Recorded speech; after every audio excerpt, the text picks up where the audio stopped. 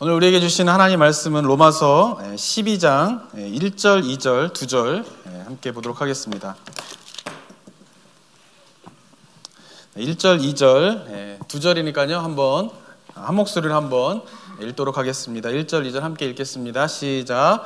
그러므로 형제들아, 내가 하나님의 모든 자비하심으로 너희를 권하노니 너희 몸을 하나님이 기뻐하시는 거룩한 산 제물로 드리라. 이는 너희가 드릴 영적 예배니라. 너희는 이 세대를 본받지 말고 오직 마음을 새롭게 함으로 변화를 받아 하나님의 선하시고 기뻐하시고 온전하신 뜻이 무엇인지 분별하도록 하라. 아멘. 사도 바울은요, 이제 로마서에서 구원에 관한 이야기를 계속 풀어가고 있는데요. 먼저 1장과 8장을 보면요, 구원에 대한 교리적인 부분에 대해서 다루게 됩니다. 핵심적인 내용은 뭐냐면은 믿음으로 하나님 나라 백성이 된다라고 하는 것이죠. 그때 당시 유대인들은 자신들의 유대인의 혈통을 가졌기 때문에 하나님 나라 백성이 된다 이렇게 이야기하고 있지만, 사도 바울이 이야기하는 것은 어떤 그런 출신이라든가 성별이라든가 어떤 외적인 그런 환경에 따라서 구원을 받고 안 받고가 되는 것이 아니라 오직 믿음으로 우리가 구원을 받게 됩니다라고 하는 것을 로마서 1장에서 8장까지 집중적으로 이제 이야기를 하고 있습니다. 그러다 보니까 문제가 되는 것이 있었는데, 그것은 뭐냐면 바로 이스라엘에 대한 구원의 문제예요. 그들 스스로는 하나님으로부터 택함을 받아서 구원받았다라고 생각하는데, 사도 바울이 지금 이야기하고 있는, 예수님이 이야기하고 있는 오직 믿음으로 예수 그리스도를 메시아로 인정을 하고 예수 그리스도를 주인으로 영접할 때에 하나님 나라 백성이 된다라고 하는 이 교리에 따르면 이스라엘 백성들은 구원을 받지 못하게 되는 것이죠. 그래서 사도 바울이 그 이스라엘 민족에 대한 구원에 대한 부분들을 9장에서 11장에서 다룰 때에 하나님께서 그들도 구원하실 것이다. 그러나 그들 모두가 아니라 어쩌면 11장에 보면은 그들 가운데 있는 남은 자들, 그 남은 자들을 믿음으로 예수 그리스도를 주로 고백하는 그들을 하나님께서 구원하실 것이다 라고 하면서 이스라엘의 구원의 문제를 다루게 됩니다. 그리고는 잠시 멈췄다가 다시 구원에 관한 것을 이야기할 때 12장부터 16장까지 이야기하고 있는 것은 뭐냐면 구원의 삶의 윤리적인 부분에 대해서 다루고 있습니다. 1장부터 8장까지가 믿음으로 하나님 나라 백성이 됨에 대한 교리를 다루고 있다라고 하면은 12장부터 16장까지 다루고 있는 것은 뭐냐면, 그렇게 해서 하나님 나라 백성이 되었다라고 하면 그 행위적인 모습, 선을 행하는 모습, 그 윤리와 도덕의 삶은 어떠해야 되는가에 대해서 로마서 12장에서 16장에서 다루고 있다라고 하는 것입니다. 사도 바울이 믿음으로 하나님 나라 백성이 됩니다라고 그 당시에 로마서가 쓰여질 당시에 선포했을 때에 많은 유대인들이 비난을 했습니다. 그러면은 선을 행하는 것이 의미가 없느냐, 죄를 지어도 상관이 없느냐라고 하는 비난을 사도 바울이 굉장히 많이 받았어요. 그런 비난을 왜 받을까요? 바울이 전하는, 예수님이 전하는 구원의 핵심적인 내용에 대해서 제대로 이해하고 있지 못하기 때문에 그렇다라고 하는 것이죠. 루터로 말미암아 종교개혁이 일어난 이후에 500년의 개신교 역사가 거쳐지고 있습니다. 근데 500년의 개신교 역사 속에서 지금 개신교의 교회와 그리스도인의 삶 가운데에서 나타나고 있는 신앙의 오류가 무엇입니까? 교회 안에서 예수님을 구주로 믿는다라고 고백하고 있는데 뭐가 변하지 않는 거예요? 삶이 변하지 않는 것이에요. 교회 안에서 신앙생활을 열심히 하고 교회를 열심히 섬기고 있는데 교회 밖에서 도덕적이고 윤리적인 삶의 성장이 이루어지고 있지 않다라고 하는 것이죠. 그리고 때때로는 성도인들 가운데에서 선을 행하는 그 삶의 모습이 구원과 전혀 상관이 없는 것처럼 마치 생각하면서 신앙생활하고 있는 모습이 종종 보여지게 되는데, 그 이유가 무엇 때문입니까? 바로 바울이 전하는, 예수 그리스도가 전하는 복음에 대한 올바른 이해를 하고 있지 못하기 때문에 그렇다라고 하는 것이죠. 바울은요, 구원에 대한 이야기를 할 때 우리가 믿음으로 말미암아 구원을 받습니다 라고 하는 교리로 8장에서 모든 구원의 내용을 끝내버리지 않습니다.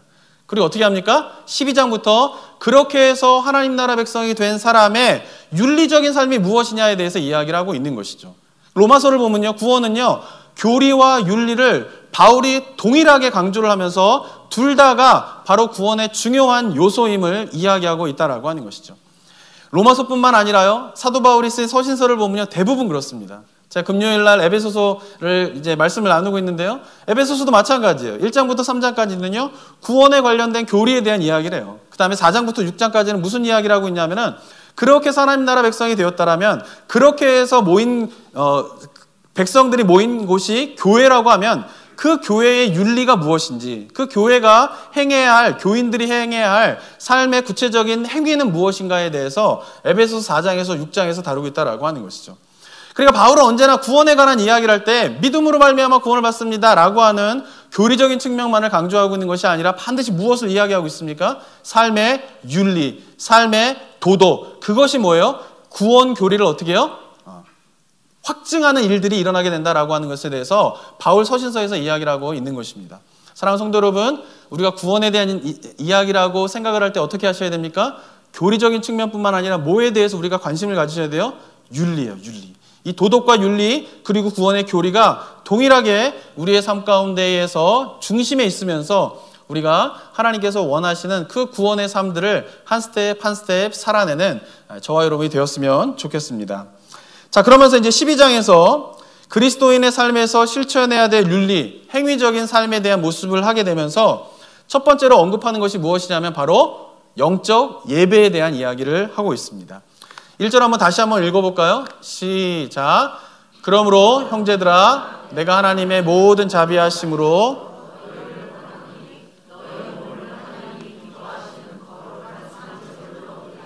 이는 너희가 드릴 영적 예배니라. 자, 선을 실천해야 됩니다. 행위적인 삶을 살아야 됩니다라고 하는 이야기를 이제 12장부터 하려고 하는데 첫 번째로 다루고 있는 내용이 뭐예요? 너희가 무슨 예배를 드려야 된다고요? 영적 예배를 드려야 된다라고 이야기를 하고 있습니다. 자, 성경에서 말하는 영적 예배라고 하는 의미가 무엇일까요? 바울이 이야기하는 영적 예배의 첫 번째 특징은 뭐냐면요, 제물을 드릴 때에 동물로 제물을 드리는 것이 아니라 무엇으로 제물을 드리라고요? 너희 몸을 하나님이 기뻐하시는 거룩한 산 제물로 드리라. 그것이 뭐라는 거예요? 영적 예배이다 라고 이야기를 하고 있습니다. 자, 여기서 이야기하는 이 영적 예배의 의미를 오늘 설교를 통해서 우리가 잘 기억해야 합니다. 왜냐하면 이 성경에서 이야기하고 있는 영적 예배의 개념을 가지고 우리가 예배를 드리지 못하는 경우가 많이 있기 때문에 그렇습니다. 자, 영적 예배에 대한 올바른 이해를 하지 못하는 이유 중에 하나는 무엇이냐면은 우리나라 말로 번역된 영적이라고 하는 이 단어의 의미가 성경적인 의미가 무엇인가로 영적 의미를 갖지 않고 있기 때문에 그렇다라고 하는 것이죠. 일반적으로 영적이다라고 하면 어떤 거가 영적이죠? 주로 정신적인 거예요. 그 다음에 또는 초현실적인 그런 것들을 뭐라 그래요? spiritual, 영적 이렇게 이야기를 하게 됩니다. 실제로 영적이라고 하는 단어를 국어사전에 찾아보면요, 어떻게 되어 있냐면은 정신이나 혼과 관계에 있는 것 이렇게 이야기를 합니다. 정신과 영혼과 관계가 있는 것, 그리고 또는 신령스럽거나 그리고 초자연적인 것으로 정의를 내리고 있어요. 그러니까 우리가 일반적으로 영적이다 그렇게 생각한 말을 사용하게 되면 우리의 개념 속에서 뭐냐면은 영적인 것은 뭐예요? 정신적인 것이고 어떻게 해요? 영혼과 관계가 있는 것이고 신령한 것이고 초자연적인 것이다 라고 생각을 하게 됩니다. 그런 의미에서 만약에 영적 예배 그렇게만 생각을 한다라고 하면 우리가 올바른 영적 예배이다 라고 하는 것은 우리가 지금 예배 드리는 것과 비교해 봤을 때는 아무런 문제가 되지 않습니다. 왜냐하면 정신적인 것과 영혼과 관계에 있는 것이 영적이다 그러면은 영적 예배를 온전히 드리라 라고 하면은 이 예배당에 모여서 우리가 예배를 드리는 이 시간에 어떻게 해요? 정신적으로, 마음적으로 어떻게 해요? 집중해서 하나님을 좀 보면 되는 거예요. 그리고 더 예배의 깊이 가운데 들어간다라고 하면은 우리가 더 힘써야 될 거는 뭐예요? 이 예배의 이 시간에, 이 주일날 8시부터 드려지는 이 예배, 1시간 또는 1시간 20분 동안 드려지는 이 예배 가운데에 온 마음과 어떻게 해요? 정신을 다 어디에 집중하면 되는 거예요? 하나님에게 집중하게 되면은 우리는 어떤 예배를 드리고 있는 거예요?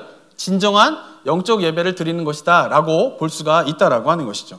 자, 그런데 사도 바울은 그런 의미에서 영적 예배를 이야기하고 있다라고 하면 우리 몸을 하나님이 기뻐하시는 거룩한 삶 제물로 드리라고 하는 것이 어떤 연관이 있는지가 되게 애매해지게 됩니다. 근데 만약에 사도 바울이 영적이라고 하는 것을 정신이나 영어 관계에 있는 그런 의미로 사용하고 있다라고 하면 이런 의미 속에서 일반적으로 사용되어지는 헬라어 단어가 있는데 그게 뭐냐면은 푸뉴마티코스라고 하는 것이에요. 푸뉴마라고 하는 것이 뭐냐면은 스피릿이에요. 영이에요, 영. 헬라어로. 그러니까 영적, 그럼 뭐예요? 일반적으로 그런 정신과 영혼과 관련되어 있는 것은 뭐예요? 푸뉴마티코스라고 해서 푸뉴마티코스 예배를 드려라 이렇게 사도 바울이 12장 1절에서 헬라어를 사용했을 것이다 라고 하는 것이죠. 그게 일반적인 영적의 제너럴한 가장 보편적인 의미로서의 단어가 푸뉴마티코스라고 하는 것이에요. 그런데 사도 바울은요 이 단어를 12장 1절에서 사용하지 않고요. 다른 단어를 사용하고 있는데 그것은 뭐냐면 로기코스라고 하는 단어로 푸뉴마티코스 예배를 드려라 이렇게 얘기하고 있지 않고 로기코스 예배를 드려라 라고 이야기를 하고 있다라고 하는 것이에요. 그런데 이 로기코스라고 하는 것은 뭐냐면 우리가 잘 알고 있는 헬라어 단어에서 파생된 것인데 뭐냐면 로고스예요. 로고스. 로고스가 뭐죠? 말씀이에요. 말씀. 요한복음 1장 1절에 보면 말씀이 육신이 되어 이렇게 되잖아요. 태초에 하나님의 말씀이 육신이 돼요. 그때 그 말씀이라고 하는 요한복음 1장에서 이야기하고 있는 그 말씀이 뭐예요? 헬라어로 로고스예요. 로고스. 로고스가 육신이 되었다라고 요한복음 1장 1절에서 이야기를 하고 있는 것이죠. 자, 그런데 그 로고스, 말씀이라고 하는 단어를 사용해서 하고 있는 로기코스 예배를 드리라라고 하는 것이죠. 이게 도대체 무슨 의미가 있냐라고 하는 것이에요. 흥미로운 것은 뭐냐면 사도 바울은요, 이 로기코스라고 하는 단어를 그의 서신서 전체 속에서 유일하게 이곳에서만 사용을 하고 있어요. 그리고 헬라어로 쓰여진 성경 27권 가운데에 헬라어 단어인 이 로기코스라고 하는 단어는 딱 2번 사용되었어요. 로마서 12장 1절하고 베드로서에 딱 2번 쓰여지게 되었어요. 사도 바울은요, 푸니마티코스 예배, 그것을 일반적으로 사람들이 알고 있는 개념의 영적 예배인데 그 푸니마티코스 예배를 드려라 라고 하는 것을 사용하지 않고 그 단어를 어떤 단어를 사용하고 있다고요? 로기코스라고 하는 단어로 예배를 정의하고 있다라고 하는 것이죠. 자, 그럼 로기코스는 무엇일까요? 그래서 영어 성경에 보면요, 우리는 영적 예배 이렇게 번역만 되어 있지만 영어 성경에 보면 어떤 성경은 spiritual worship 이렇게 예배가 영적 예배라고 하는 걸 다 번역하기도 했고요. 또 하나는 뭐냐면 rational worship 이렇게 번역을 하기도 합니다. 또는 reasonable worship 이렇게 예배를 번역하기도 해요. 이 본문을. 그 말은 무슨 말이냐면은 또 그 단어를 우리나라 말로 번역하면은 합당한 예배, 합리적인 예배 이렇게 번역할 수가 있겠죠. 근데 제가 볼 때는 그것도 우리나라 말 속에 뭔가 그 뉘앙스가, 원문의 뉘앙스가 좀 적절하지 않은 것 같아요. 그래서 제가 볼 때는 이 영적 예배라고 하는 로기코스 예배가 무엇일까라고 했을 때 제가 번역하는 예배 의미는 뭐냐면은 올바른 인식이에요. 올바른 인식. 예배를 드릴 때 어떤 예배를 드리라는 거예요? 정신적으로 영혼과 관련되어져 있는 그런 것이 아니라 어떤 예배를 드리라고요? 올바른 인식의 예배를 드려야 된다라고 사도 바울이 이야기를 하고 있다라고 하는 것이죠. 자, 그렇다면 올바른 인식의 예배가 무엇일까요? 그것은 무엇이냐면은 당시에 유대인들이 드리고 있는 성전에서 드리고 있는 제사, 그것과 구별된 새 언약 백성, 그리스도인들이 드려야 될 예배가 있다라고 하는 것을 사도 바울은 로기코스의 예배를 단어를 사용하면서 이야기하고 있다라고 하는 것이죠. 또는 유대인뿐만 아니라 고대 사회부터 로마서가 쓰여질 당시까지 그 주변에 있는 수많은 국가들은요, 자신들이 섬기는 신을 향하여서 제사를 드렸어요. 예배를 드렸어요. 공통점은 무엇일까요? 주로 동물 제사를 드리는 것이에요. 근데 그 동물 제사를 드릴 때에는 유대인들도 그렇고 다른 종교에서 동물 제사를 드릴 때는 어떻게 합니까? 그냥 동물 제물을 데리고 와서요, 성전이나 신전에 와서 어떻게 해요? 죽이는 거예요. 그 피를 내요. 그 피를 어떻게 해요? 신에게 바치고 그를 신에게 바친 피와 그 고기를 불로 태우고 나면 끝! 더 이상의 것이 필요 없어요. 그냥 어떻게 해요? 동물을 가지고 와서 죽이고 피를 내고 피와 살을 불태우면 끝. 그럼 뭐예요? 유대인들도 하나님 나라 백성으로서 자기들이 할 일이 다 끝났다라고 하는 것이에요. 그런 동물 제사 속에서는 뭐가 결여되어 있을까요? 올바른 의식이 결여되어 있는 거예요. 무엇을 생각하든 상관없어요. 뭐만 가져오면 되는 거예요? 동물을 가져와서 피를 내고 죽여서 불태우면 끝. 그게 뭐예요? 제사라는 것이에요. 그리고 수많은 유대인들도 예루살렘 성전에 와서 제물을 가져와서 올바른 의식을 가지고 인식을 가지고 제사를 드리는 것이 아니라 그런 것과 상관없이 그냥 행위적으로 뭐를 가져오면 되는 거예요? 동물을 가져와서 죽여서 피를 내고 그것을 불태우고 나면은 뭐예요? 제사가 끝. 하는 예배를 드리고 있다라고 하는 것이에요. 그런데 사도 바울이 이 로기코스라고 하는 단어를 사용하면서 그러한 예배들과 구별된 예배를 드려야 된다라고 하는 것이에요. 구별된 예배가 무엇입니까? 나의 몸을 뭐라는 거예요? 동물을 제물로 드리는 제사가 아니라 이제는 나의 몸을 제물로 드리는 그런 제사를 드려야 된다라고 하는 것이죠. 자, 근데 사도 바울이 이야기하는 이 로기코스의 올바른 인식의 예배는요, 새로운 예배를 드리자라고 사도 바울이 이야기하고 있는 것은 아니에요. 원래부터 여호와 하나님께 동물로 제사를 드릴 때에 레위기에 기록된 것을 보면은 그 동물로 제사를 드릴 때에 그 속에서 그 예배의 본질 중에 하나가 무엇이냐면 올바른 인식 가운데에서 예배를 드리도록 레위기에 명명되어 있다라고 하는 것이죠. 그런데 유대인들은 어떻습니까? 레위기에 기록된 그 올바른 제사의 본질을 잃어버리고 행위적인 측면, 동물을 데리고 와서 죽여서 피를 내어서 그것을 불태워버리면 끝 하는 예배로 변질되게 되었다라고 하는 것이에요.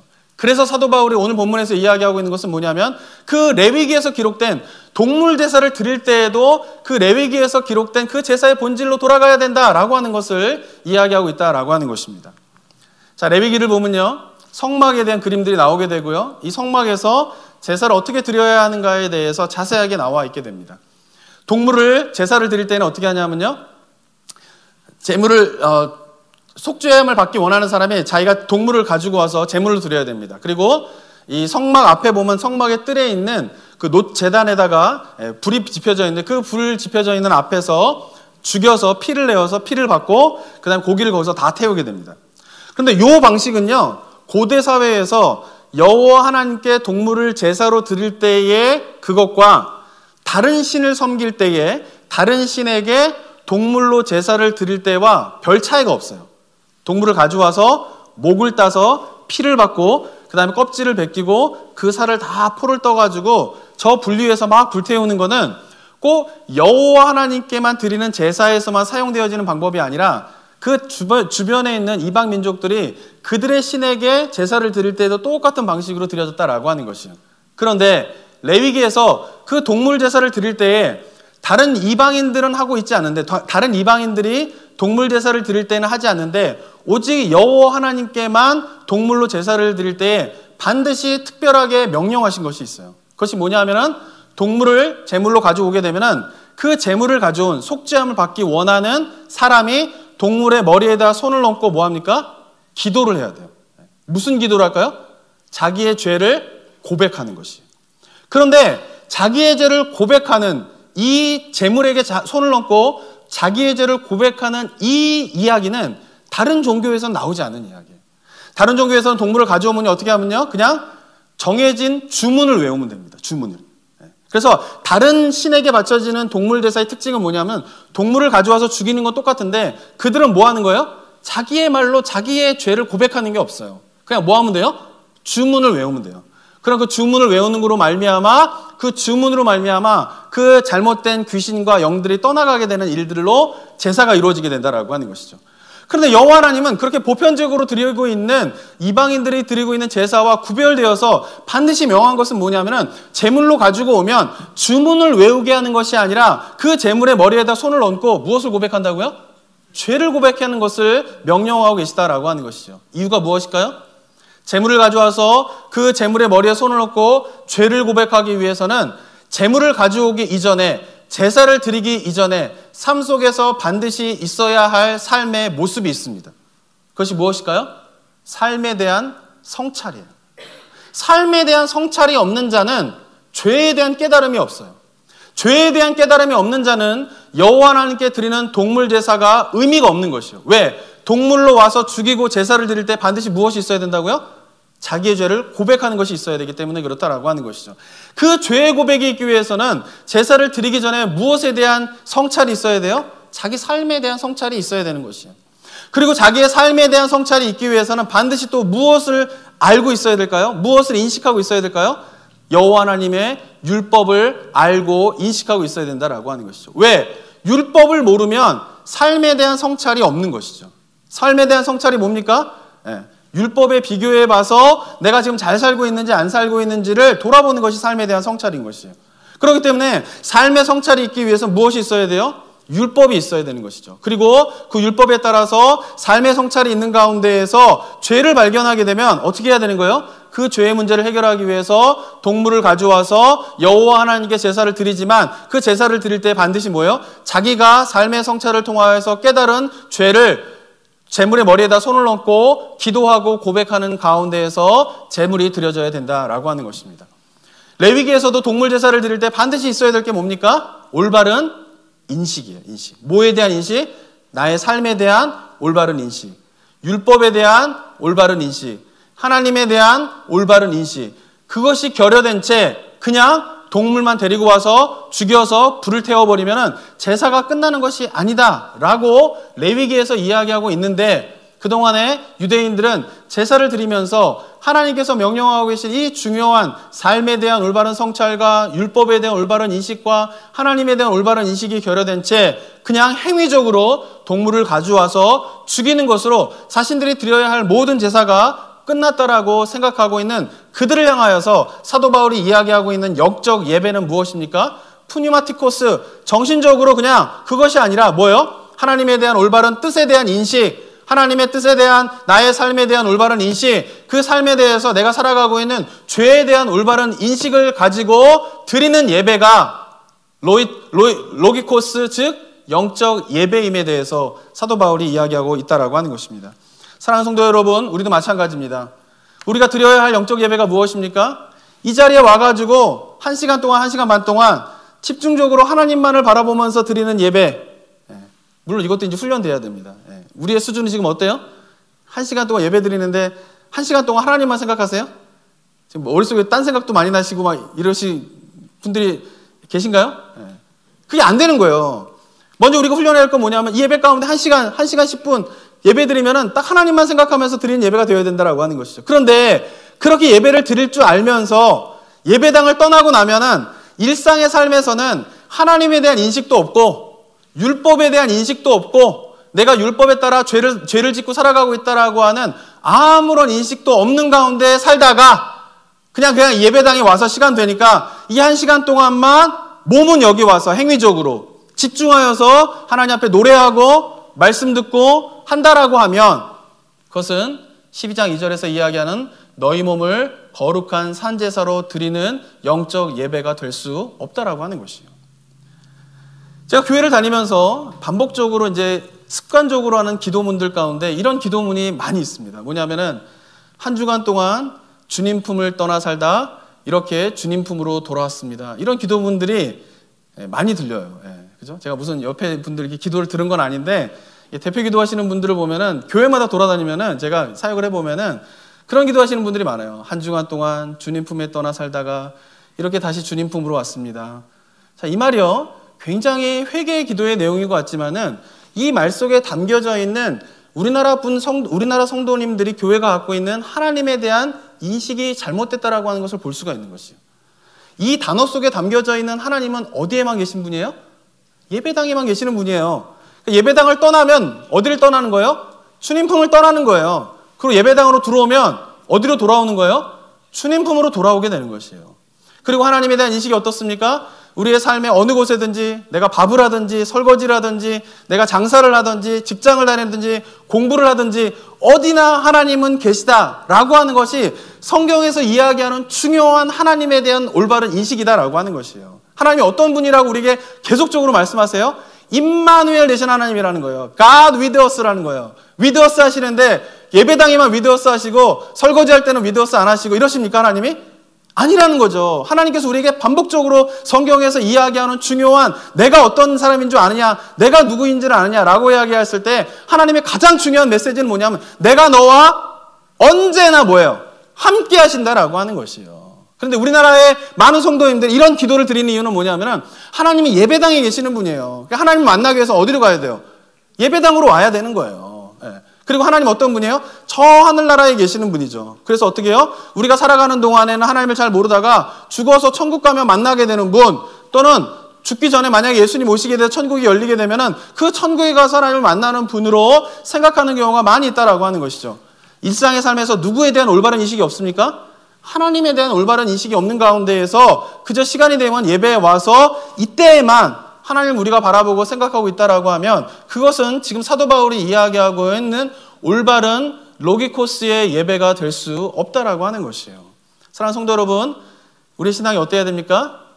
매일 삶 속에서 누구에 대한 인식이 깊어지셔야 돼요? 하나님에 대한 인식이 깊어져야 되는 것이에요. 하나님이 어떤 분이고 그분이 나의 삶 가운데 어떻게 하시고 그분이 말씀하신 율법은 어떤 것이고 라고 하는 것이 월요일부터 토요일까지 그 머릿속에서 삶 속에서 인식하고 그 말씀에 따라서 삶을 살려고 하는 그 모습을 살다가 그리고 어디로 오는 거예요? 예배당으로 오는 거예요. 그때 가져와야 될 게 뭘까요? 한 주간 동안 내가 하나님을 어떻게 인식했고 율법을 어떻게 인식했고 나의 삶을 어떻게 인식하면서 어떻게 성찰했는지에 대한 그 삶의 모습을 예배당 가운데 가져와서 뭐 하셔야 되는 거예요? 제물로 드리셔야 되는 것이죠.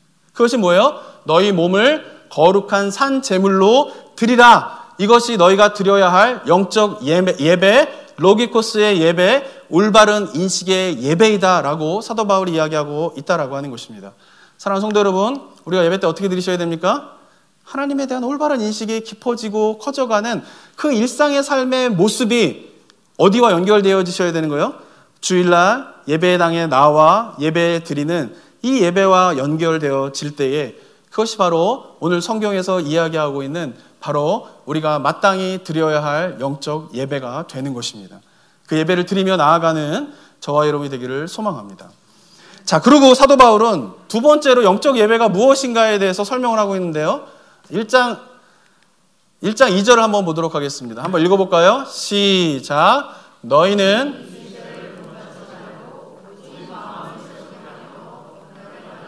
하나님의 선하시고 기뻐하시고 온전하신 뜻이 무엇인지 분별하도록 하라. 올바른 영적 예배는요, 우리의 몸을 거룩한 산 제물로 드려야 되는 것임과 동시에 우리가 드려야 할 영적 예배는 또 무엇이에요? 이 세대를 본받지 않아야 된다라고 하는 것이에요. 이 세대를 본받지 않아야 된다라고 하는 것이죠. 사도 바울은요, 이 세대에 대해서 어떻게 이야기를 하고 있냐면 갈라디아서 1장 4절에 보면은 그리스도께서 하나님 곧 우리 아버지의 뜻을 따라 이 악한 세대에서 우리를 건지시려고 우리 죄를 대속하기 위하여 자기 몸을 주셨다라고 이야기하고 있습니다. 사도 바울이 이야기하는, 성경이 이야기하는 이 세대는 어떤 세대예요? 악한 세대인 거예요. 악한 세대. 그 악한 세대에서 어떻게 해요? 벗어나야 되는 것이에요. 그리고 로마서와 성경에서 이야기하고 있는 이 세대는 그렇게 악한 세대인데 성경에서 보여주고 있는, 그래서 그리스도인들이 반드시 깨달아야 할 것은 무엇이냐면 또 다른 세대가 이 악한 세대로 침투해서 들어오고 있다라고 하는 것이에요.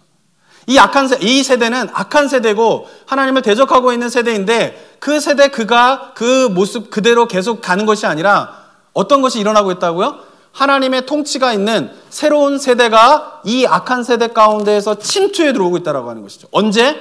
예수 그리스도가 이 땅에 오심으로 말미암아 그 새로운 세대가 침투해 들어오고 있고, 그리고 그리스도인들이 이 세대를 쫓지 아니하고 장차 오게 될, 그리고 이미 침투해서 이 땅 가운데 실현되어지고 있는 그 하나님의 나라, 하나님의 세대를 인식하고 그 세대를 쫓으며 살아가게 될 때에 어떻게 되는 거예요? 이 세대 가운데에 구원의 역사가 일어나게 된다라고 하는 것이 성경에서 이야기하는 중요한 주제이다라고 하는 것이죠. 제가 계속적으로 강조하지만 하나님의 나라, 천국은 미래에 일어날 일이 아니라는 거예요. 이미 우리 삶 가운데 어떻게 하다고요? 침투해서 들어오고 있다라고 하는 것이에요. 이 악한 세대 가운데에 예수 그리스도가 오심으로 말미암아 이미 하나님의 나라는 이 시대 가운데서 어떻게 되고 있다고요?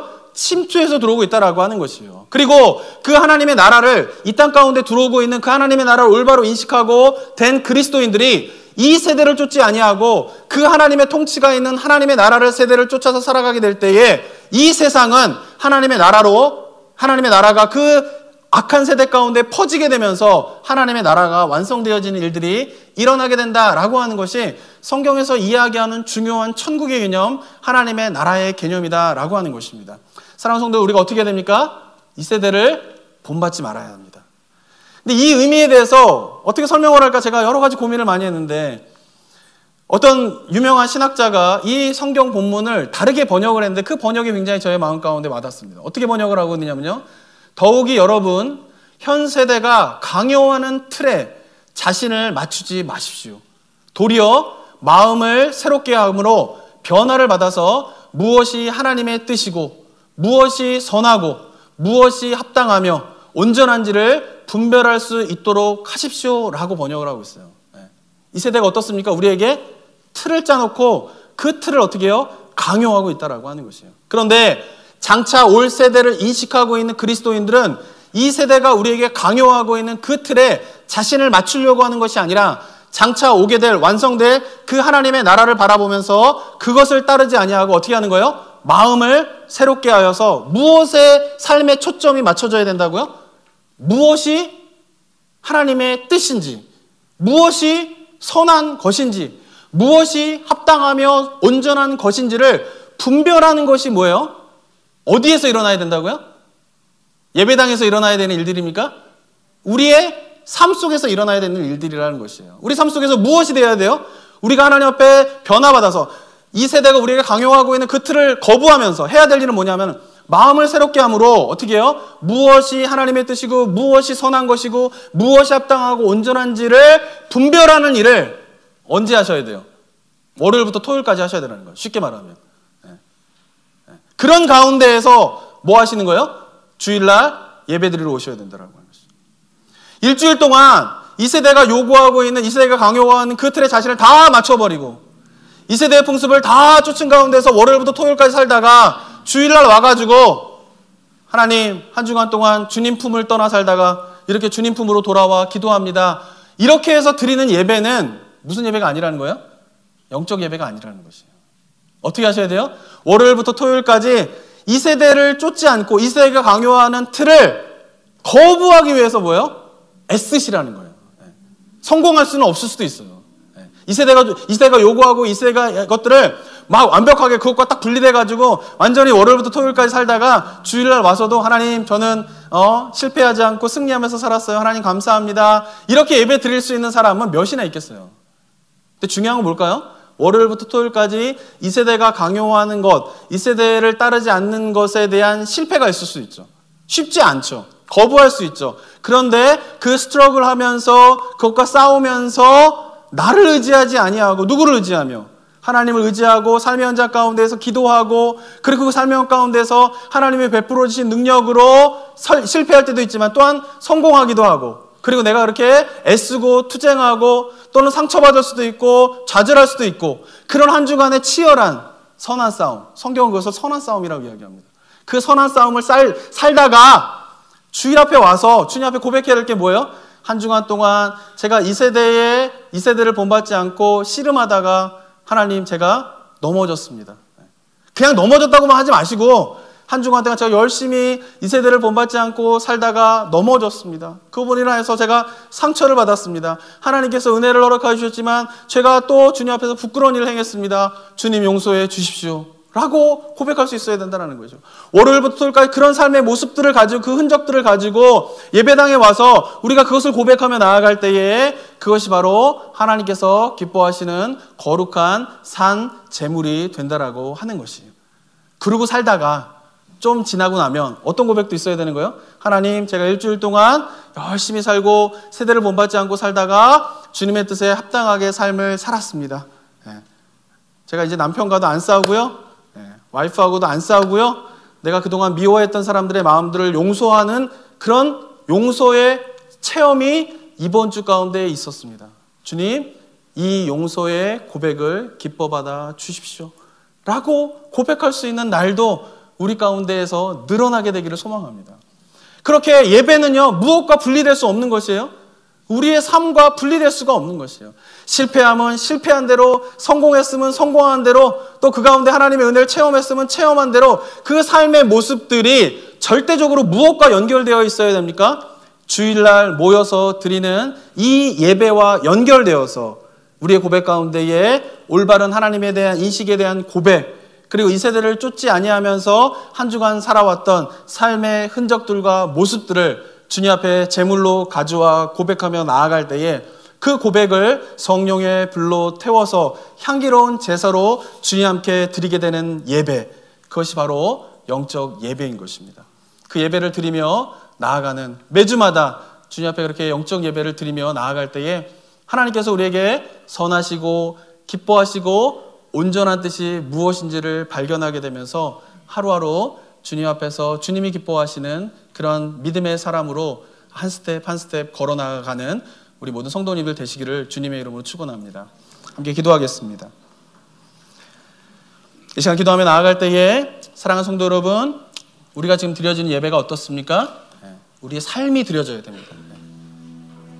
한 주간 동안에 하나님과 전혀 관계없는 삶을 살다가 이 시간 와서 예배를 드리며 나아가는 것이 아니라 실패할 수도 있습니다. 넘어질 수도 있습니다. 죄를 지을 수도 있습니다. 그런데 한 주간 동안 주님을 인식하고 율법을 인식하며 그 율법에 따라 이 세대를 쫓지 아니하고 하나님의 나라를 쫓아서 삶을 살아갔던 그 삶의 애씀, 수고, 그것을 주님께서 기뻐 받으십니다. 그러한 제물로 드려지는 예배가 우리 예배가 될 것을 주님께 소망하며 이 시간 기도하며 하나님 앞에 나아가도록 하겠습니다. 기도하겠습니다. 아버지, 은혜 감사드립니다. 우리 서로가 이 시간 주님 앞에 우리가 온전한 마음으로 하나님 나아가며 하나님 주님 앞에 온전한 마음으로 우리의 삶을 드리는 예배 되길 원합니다. 하나님, 우리의 삶의 고백이 있는 예배가 되길 원합니다. 우리의 삶의 흔적이 있는 아버지 예배가 되길 원합니다. 주님께서 인도하시고 주님께서 붙잡아 주셔서 하나님의 주님 앞에 드려지는 그 삶의 모습이 이 시간 우리의 고백이 되어지며 제물이 되어지며 성령의 불길을 태워서 주님 앞에 드려지는 거룩한 향기로운 거룩한 산 제사가 되는 아버지 그런 영적 예배가 이루어지는 그 은혜가 있을 수 있도록 성령 하나님 역사해 주시고 주님 도와주시고 하며 주님 이대로 바라보며 나아가는 그런 은혜가 있을 수 있도록 주님께서 붙잡아 주시옵소서. 하나님의 감사드립니다.